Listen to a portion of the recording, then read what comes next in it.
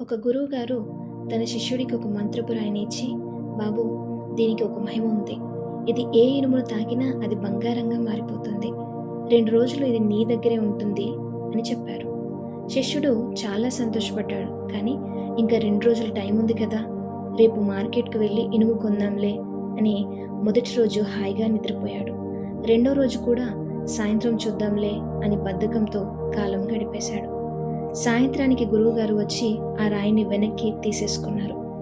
వాయిదా వేసే అలవాటు వల్ల ఆ శిష్యుడు ఒక ఇనుము ముక్కను కూడా బంగారం చేసుకోలేకపోయాడు. చాలామంది తమ జీవితాన్ని మార్చుకోవడానికి ఇప్పుడే కష్టపడరు, రేపు చూద్దాం అని వాయిదా వేస్తూ ఉంటారు. మన జీవితంలో అతిపెద్ద శత్రువు రేపు చేద్దాంలే అనే మాట.